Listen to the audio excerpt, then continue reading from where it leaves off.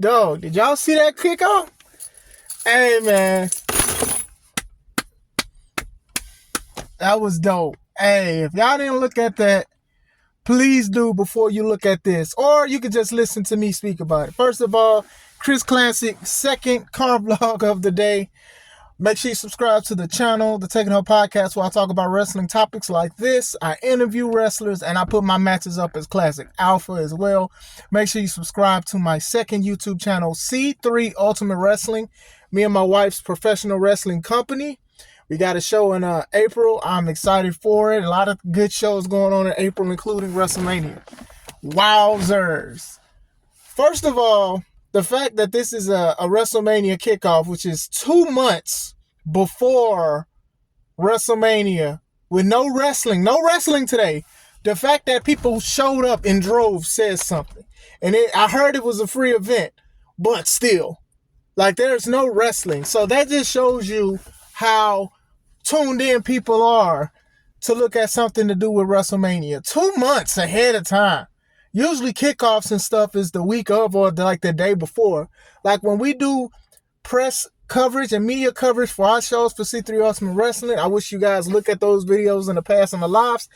You see how hype we get like a few days before the event. This is 2 months ahead.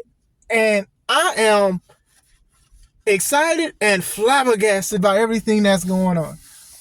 Outside of Bianca, outside of Becky, Rhea, the people on the panel talking and things like that, they did what they were supposed to do. But the highlight of it all is Seth came out, talked a little bit, then Roman came out and basically interrupted Seth because he called Cody out. Seth and Roman, they did a little spat or whatever like that. The Rock comes out. He started talking about the family tree. He acknowledged the Cody crybabies. Like, this stuff was sounding good. And people went from cheers to boos. So everybody was divided on what they wanted to do. The fact that he acknowledged Cody crybabies, that just says something. The fact that we're not even calling Triple H anymore. We're calling him Paul Triple H Levesque. That just shows that a lot of things are changing and shifting in professional wrestling and wrestling as a whole. And it's interesting.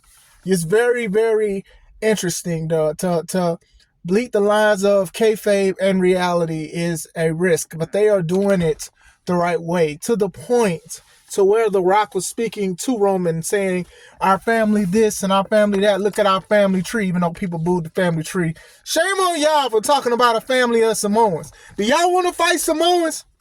Y'all can have that. I ain't fighting no Samoans, especially them. There's so many of them. I didn't even know Umaga had a son, Zilla. And then all of a sudden, he's showing up. So, shoot, even the Usos, they got other brothers outside the Solo Sokoa. I don't know what's going on with these Samoans. But going back into it. So basically, Cody comes out. He says, this is BS. Crowd goes crazy. He's like, hey, Rock, no disrespect. I talked to you and things like that, but I made my decision. My decision is Roman Reigns, and everybody's happy. Hey, congratulations. Everybody's happy. The Rock's looking mad. Roman's looking mad. Hey, you should go to number 2. You missed your chance. Blah, blah, blah, blah, blah. You're a failure. Your daddy this, your daddy that. So Cody's like, all right, bet. Hey, what was your grandfather think? What was your grandfather think? What about The Rock? What about your grandfather? What would they think if you was like this? How dare you? Like, you are ashamed to your family tree. So then The Rock comes out of nowhere like, hey, when you talk about his family, you talk about my family. And when you talk about his ancestors, you talk about my ancestors. And when you talk about my blood, you talk about my blood. When you talk about his shoes, you get what I'm saying when you say that kind of stuff. Speaking of shoes, while this is going on, Seth is still out there just sucking wind.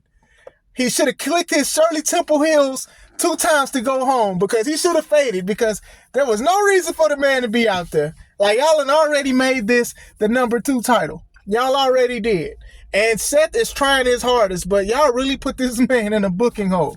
So The Rock gets mad, slaps the unseasoned chicken taste out of Cody Rhodes' mouth. Well, maybe it has season because maybe Brandy did cook him some, and I hope she used seasoning.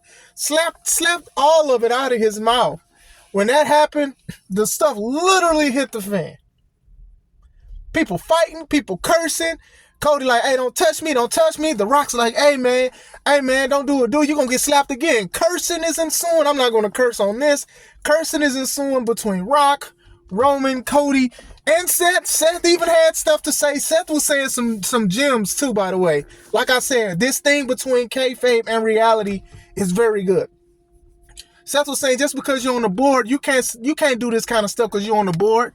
And then The Rock was like, hey, I'll slap you too. Hey, what's up? What's going on?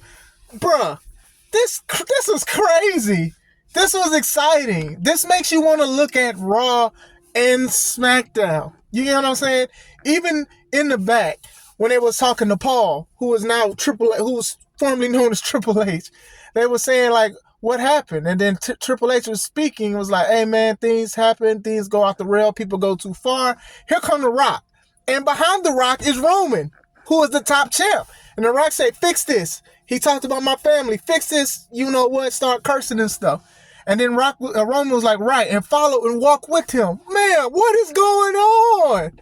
It felt like stuff was off the script, which was natural. It felt so natural. It felt great. It felt great to look at these kind of things because so many people try to predict something and want to be so right. People swore up and down that it was going to be Rock and Roman. And then now it's Cody and Roman and stuff like that. But there's matches that's going to happen in between.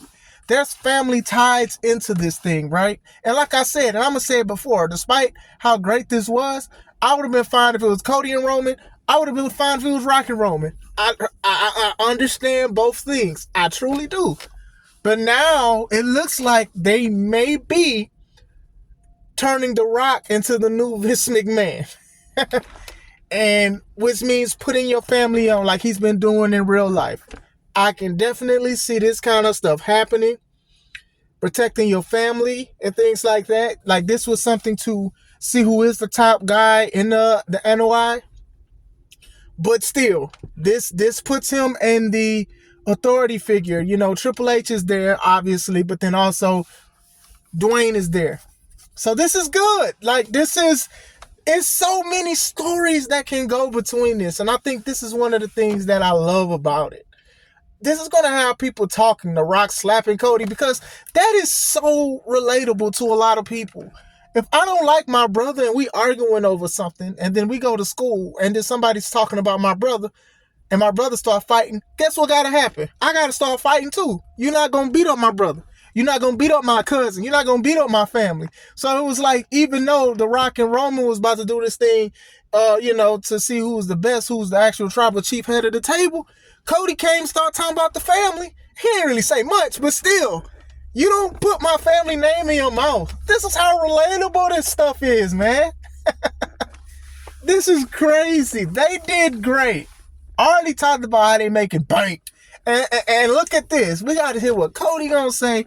I do wish that Dustin was there. I know Dustin is signed to AEW. I do wish Dustin was there. I think it would have let it be a little bit cool to have his brother with him with this situation. Because it is two families. You get what I'm saying? Other takeaways from the event. I loved CM Punk. I thought CM Punk was great with commentary. He wasn't like just being like a commentator. He was like, hey, if somebody hits you, you punch them in the mouth. I would have punched person in the mouth. You need to punch them in the mouth. I don't care who it is. Like, he kept saying punch him in the mouth so much, and it worked. Because that's who he is. That's something that he would do. That's something that he would do as a character. And not know, oh, well, we need to talk it out or things are going off the rails. It's like, no, punch them in the mouth. These things are going great. Like, we are literally looking at wrestling change, the landscape of it. And it's not even just from a WWE standpoint. I think even for independent wrestling, like, people have a desire for something else. It could be something old that could be turned to new. But a lot of people, they're looking at the flippy dippy stuff, but now they want more. They want storylines. They want psychology. They want things to make sense. If they want things to escape reality that much, they'll go to a movie or they'll look at something on Netflix, streaming services and stuff like that. They want things reality-based more than anything. And when you look at stuff like this, which is teasing both, calling people by their name, like that, it wasn't just called The Rock some of the time. When he showed up to the event, they called him Dwayne The Rock Johnson. Come on, man. We looking at something happen that's crazy as my lights go out. Why my light go out like that? Gonna turn my light off, man. What's wrong with y'all? Anyway, well, yeah, man. What you guys think, man? How you feel about it? Are y'all excited? This is crazy. This is pretty dope, but I thought it was fun. I wanted to talk about it. Make sure you guys subscribe to the channel. This is Chris Classic. Let's take it home.